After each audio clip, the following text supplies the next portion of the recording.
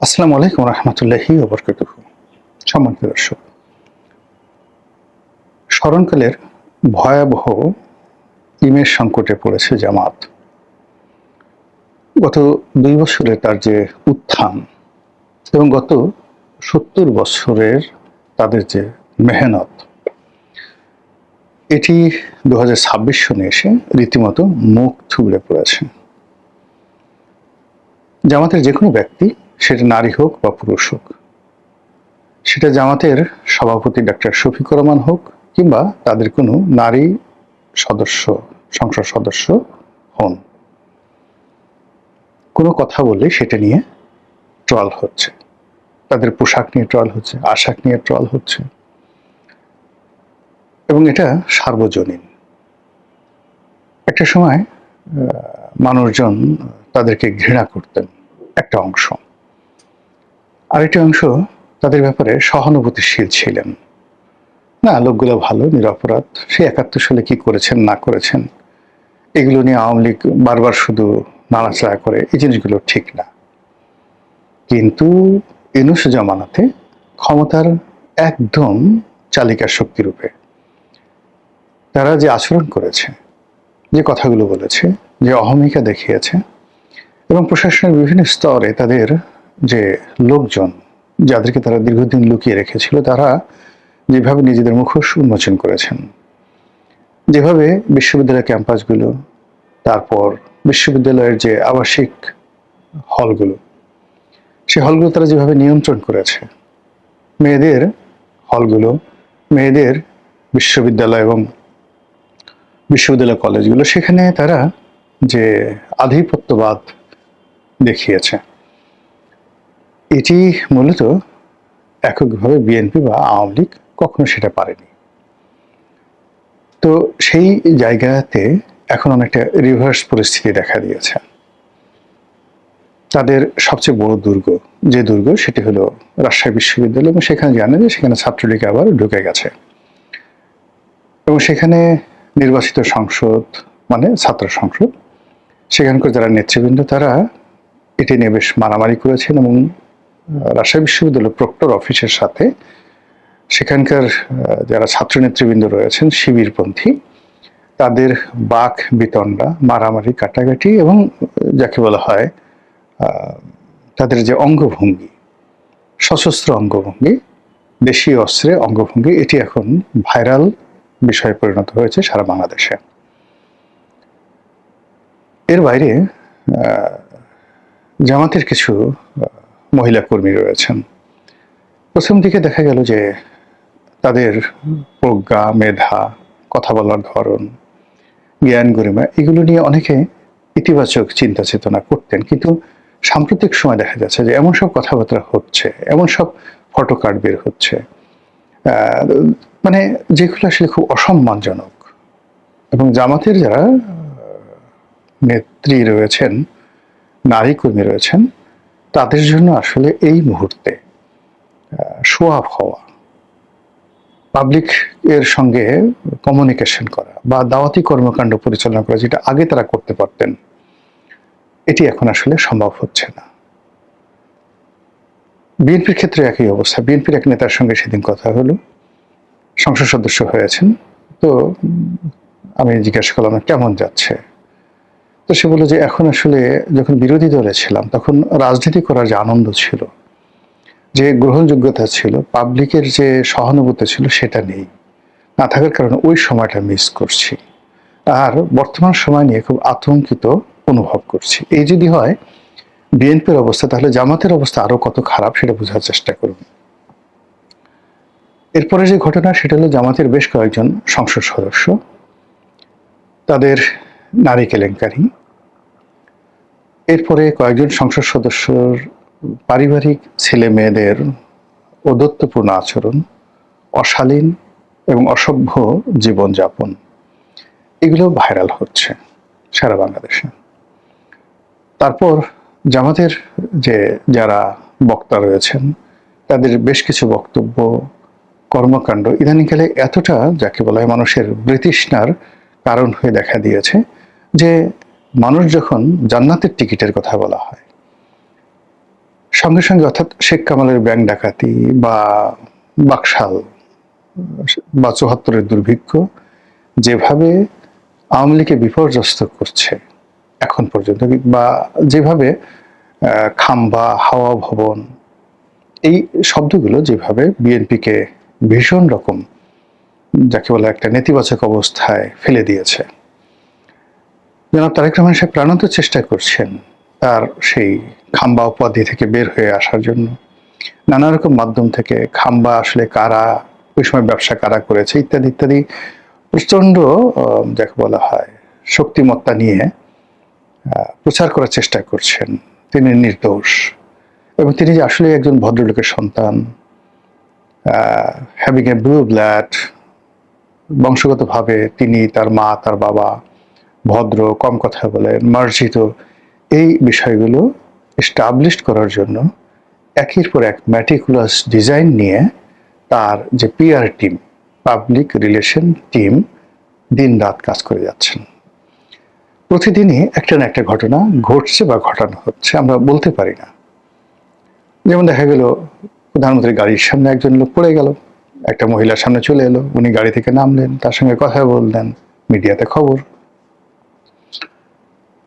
প্রধানমন্ত্রী নতুন করে অনুষ্ঠানে গেলেন, মেয়েরা সেখানে দৌড় দিল, একটা মেয়ে সেই দৌড়ের মধ্য থেকে এসে প্রধানমন্ত্রীর সামনে এসে দাঁড়িয়ে গেল। এটি কি সাজানো? ওই মেয়েটা এত কিছুর মধ্যে সে আলাদা, সে কি করে সাহস পেল? এরকম ঘটনা তো কখনো অতীতে ঘটেনি, এমনকি তার বাবার জীবনে এরকম ঘটনা ঘটেনি। এটাগুলি কি নাটক না বাস্তব, নাকি ওই মেয়েটা আসলেই? এরকম অনেক কিছু ঘটছে, কিন্তু বিএনপির পক্ষে যেভাবে প্রচারণা চালানো হচ্ছে, তিনি মেয়েটাকে দেখে দাঁড়িয়ে গেলেন, মাথায় হাত বুলালেন।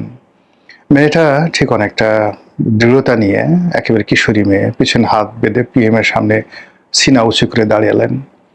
যেহেতু প্রধানমন্ত্রী দাঁড়িয়েছেন মেয়েটার জন্য, তার সাঙ্গ পাঙ্গ যারা আছেন, আমির উমরা, তারা সবাই দাঁড়ালেন এবং সবাই বললেন যে দেখো দেখো দেখো ভদ্রতা কাকে বলে। এই ভদ্রতা শুধুমাত্র জিয়া পরিবারের সঙ্গেই সম্ভব।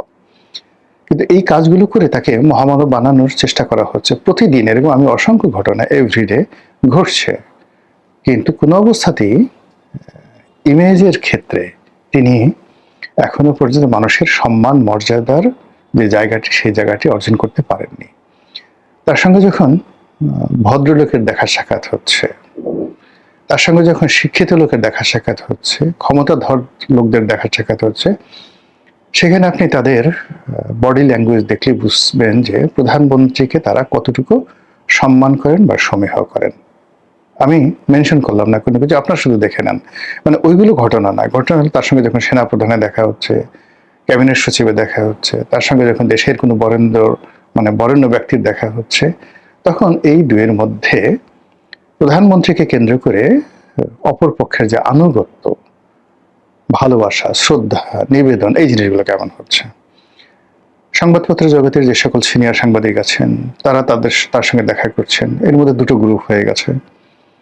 একটা গ্রুপ হলো মতিউর রহমান, মাহফুজ আনামদের নেতৃত্বে একটা গ্রুপ, যেখানে মতিউর রহমান, মাহফুজ আনাম, তারপর মতিউর রহমান চৌধুরী, নুরুল কবির, ওনারা একটা গ্রুপ। তো তারা একবার বা দুবার ওনার সঙ্গে দেখা করেছেন, এখন আর তাদেরকে দেখা যাচ্ছে না। আবার অন্যদিকে আমার দেশের মাহমুদুর রহমান, জাহিদুদ্দিনের শফিক রেহমান, তো এই পুরো বিএনপি এবং পুরো জামাতের যে সমস্ত সাংবাদিক রয়েছেন, তারা যখন তার সঙ্গে দেখা করছেন, সেখানে আপনি এদের বডি ল্যাঙ্গুয়েজগুলো দেখেন, আপনি বুঝতে পারবেন যে সম্মান এবং মর্যাদাটা এই গত 5 মাসে 6 মাসে কতটা তিনি অর্জন করেছেন, বা আগের যে জায়গাগুলো থেকে কতটা বের হতে পেরেছেন। তো সেই দিক থেকে আপনি যদি জামাতের কথা চিন্তা করেন, জামাত আসলে চেষ্টা করেনি, মানে নিজেদের যে ইমেজগুলো, 71-এ তাদের ভূমিকা, ইসলামাইজেশনের ব্যাপারে তাদের যে চিন্তা চেতনা, এই বিষয়গুলো তারা মানে গত 2 বছরের চেষ্টাই করেনি। তারা মনের আনন্দে, মানে আমরা যে কাজগুলো করি, সেটা হলো আপনারা দেখবেন মানুষ যখন খুব আবেগপ্রবণ হয়ে যায়, আপনার ঘরে একটা নবজাতক সন্তান আসছে, বা 3 মাস 4 মাস 5 মাস 6 মাসের সন্তান, আপনি তাকে চুমু দিচ্ছেন, সে একদিকে পায়খানা করে দিচ্ছে, তারপর আপনি চুমু দিচ্ছেন। তারপর শেষে আপনি তাকে আদর করতে গিয়ে ওরে আমার লুলু বাবা, ওরে আমার পুলু বাবা, ওরে আমার পুতু পুতু, ওরে আমার টুসু টুসু, ওরে আমার কুনু কুনু, আপনি তার কানে চুমা দিচ্ছেন, নাকে চুমা দিচ্ছেন, ছেলে কাঁদছে, মেয়ে কাঁদছে, নবজাতক, কিন্তু আপনি চুমা দিয়েই যাচ্ছেন। তো এইরকম জামাত যখন ক্ষমতায় এলো, তারা মনে আনন্দে শুধু চুমা দিতেই থাকলো। বলে এখন যদি বলা হয় কোন একটা ব্যক্তির নামে সুম্মা, বলেন তো কার নাম আসে বাংলাদেশে? আর কিছু লাগবে না, কিয়ামত পর্যন্ত আপনি এই নাম আর রাখতে পারবেন না। কিংবা সাতক্ষীরার যে এমপি 17 বছর মেয়ের সাথে সে যেভাবে হোটেলে তিনি ধরা খেয়েছেন,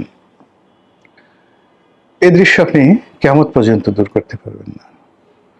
আবার ওই যে জান্নাতের টিকিট, এটা নিয়ে যে ন্যারেটিভ তৈরি হয়েছে, সেই দিক থেকে আপনি কোনো অবস্থাতেই এই বদনামগুলো আপনি দূর করতে পারবেন। এর বাইরে জামাতের A team, B team, C team, এখন জামাতের সাথে যারা আছে, সেটা এনসিপির যারা লোকজন আছে, তাদেরকে সবাই বলছে এরা জামাতের লোক। এবি পার্টির যারা লোক আছেন তাদের সবাইকেই বলছে এরা জামাতের বি টিম বা সি টিম। এরপরে অন্যান্য মানে আরো নতুন নতুন মুখ, অদ্ভুত অদ্ভুত চেহারা, অভিব্যক্তি, কথাবার্তা, যেগুলো জামাতের দীর্ঘদিনের যে পরিবেশ পরিস্থিতি সেগুলোর সঙ্গে যায় না। এখন জামাত বলতেই তাদের মধ্যে মানে রুহানি আমির হিসেবে বা রুহানি প্রধান হিসেবে পিনাকি ভট্টাচার্যের নাম চলে আসে। জামাতের সবচেয়ে প্রভাবশালী যাকে বলা হয় সেনাপতি, কমান্ডার ইন চিফ বা মার্শাল, আপনি যদি ধরেন তাহলে ইল্লু, ইল্লু চলে আসে। ইল্লু মিন্স জামাতের প্রধান সেনাপতি, এবং জামাতকে বলতে গেলে ইল্লুই বাঁচিয়ে রেখেছে, এরকম একটা ভাবসাব। তারপর ইল্লুর যারা ভাই ব্রাদার আছেন, কেউ হয়তো ব্যারিস্টার পদবী, কেউ হয়তো বিভিন্ন পদ পদবীতে আছেন, এদের পোশাক আশাক কথাবার্তা মানে আমাদের সমাজ খায় না। বাঙালির মানে এই সমাজে মানে জামাত সামনের দিকে এরকম তো 10-12 জন এই প্রজন্মের যাদের বয়স 50-এর নিচে, সেরকম ইল্লু বিল্লুদেরকে তারা নিয়ে এসছে। এদেরকে আমাদের সমাজের যারা খেটে খাওয়া মানুষ, রিক্সাওয়ালা, মোটে, মজুর, নাপিত, ধোপা, মেথর, আপনি যদি এদের সাথেও মানে এদেরকে বসিয়ে দেন, ওই লোকগুলো মুখ ফিরে চলে যাবে যে এদের সাথে বসা যায় না, এদের সাথে কথা বলা যায় না, এরা বেয়াদব, এরা অপদার্থ, এরা চরিত্রহীন, এরকম একটা ন্যারেটিভ তৈরি হয়ে গেছে। আর ঠিক সেই সময়টাতে দেশে কার্যত এই মুহূর্তে জামাত একেবারে বন্ধুহীন। আপনি এনসিপির বেশিরভাগ লোক মানে যারা এনসিপিকে অর্গানাইজ করেছে, এখন সেই এনসিপিটা মূলত এখানে কেউ বলছে, এখন এদের মধ্যে দেখুন যে এক গ্রুপ বলা হচ্ছে যারা আওয়ামী লীগের গুপ্ত, স্পষ্টই নাহিদ এবং সার্জিসকে, নাহিদ না মানে এখানে হাসনাত আবদুল্লাহ এবং সার্জিসকে আওয়ামী লীগের গুপ্ত বলা হচ্ছে, নাহিদকে বলা হচ্ছে শিবিরের গুপ্ত, মাহফুজকে বলা হচ্ছে হিজবুত তাহরিরের লোক।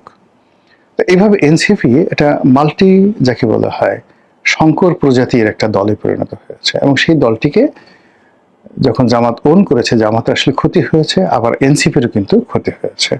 ফলে এটা আগামীতে তাদের জন্য একটা আযাব এবং গজবের কারণ হয়ে দেখা দেবে দুটো দলের জন্য। আবার এই নির্বাচনে জামাত থেকে বের হয়ে এসে এই যে এবি পার্টি যখন গঠিত হলো, প্রথম দিকে তাদের একটা স্বতন্ত্র বৈশিষ্ট্য ছিল, কিন্তু গত নির্বাচনে জামাতের সাথে ঐক্যবদ্ধ হওয়ার ফলে জামাতের যে উপকার হয়েছে বা এবি পার্টির উপকার হয়েছে কেউ বলতে পারবে না, নো ওয়ান। কিন্তু এই দুটো সংগঠনে কিন্তু 12টা বেজে গেছে। জামাত এনসিপিকে মানে এবি পার্টিকে বিশ্বাস করে না, এবি পার্টিও জামাতকে বিশ্বাস করে না। এখন আর টোটাল যে জামাতকে কেন্দ্র করে যে 10টা না 11টা দল আছে, তাদের সঙ্গে আর যা হোক বিএনপি জোটের কোনো সম্পর্ক নেই।